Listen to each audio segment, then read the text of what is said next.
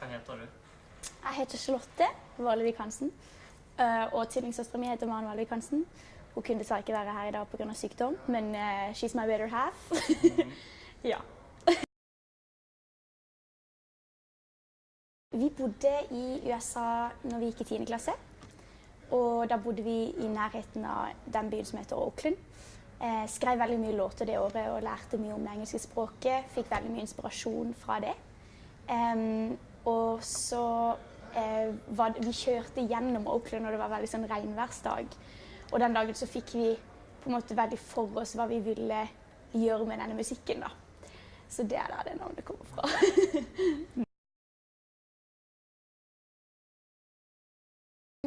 Vi har skrevet låter siden vi var 12. Nå er vi 23.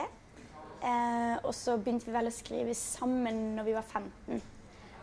Og så har jeg spilt gitar, jeg gikk på kulturskolen og begynte å spille gitar, og Maren spilte piano, og så begynte vi etter hvert å spille sammen da.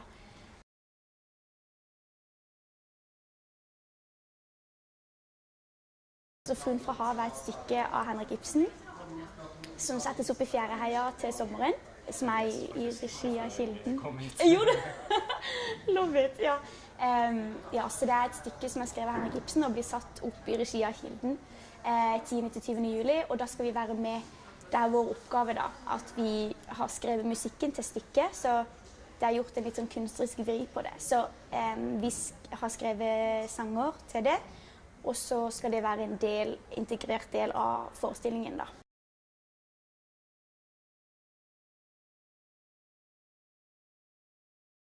Så planen var egentlig at vi bare skulle skrive musikken, eller ikke bare, for det er absolutt et prosjekt i seg selv. Men planen var egentlig ikke å spille roller, det var ikke den oppgaven vi hadde, men når vi satte oss veldig inn i stykket og jobbet veldig mye med det, og vi kommer fra et perspektiv som yngre. Vi kommer fra et perspektiv med, ja, som det å være ungdom og det å, eller unge voksne. Så jeg tror Amalie, regissøren, hun følte at det ga veldig mening inn i stykket at vi spilte disse døtrene til hovedkarakteren Elida fordi at vi hadde satt oss veldig inn i det og kjente en slags sånn parallell til egne liv og det der med å ta valg og det å bli voksen og det å skulle ut i verden. Og det er jo en veldig annen tid vi lever i, men samtidig så kan en trekke veldig mange paralleller til da det ble skrevet, og det er jo det som er så fantastisk med Ibsen, at det er like aktuelt i 2019 liksom.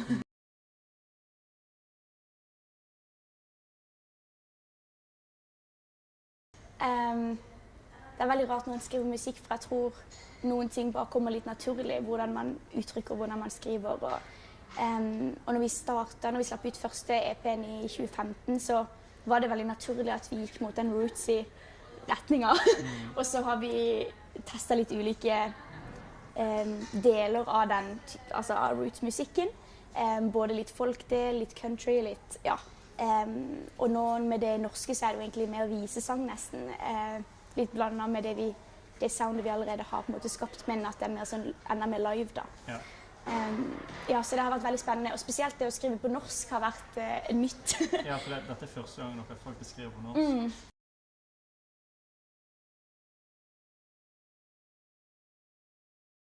Nå så jobber vi litt sånn under radaren med noe nytt som kommer til å komme etter sommeren.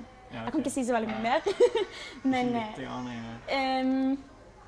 jeg kan si at det blir noe litt annerledes enn det vi har gjort før. Ja, ok. Ja, men det er jo veldig bra måte å avslutte på egentlig, da. Ja, ja.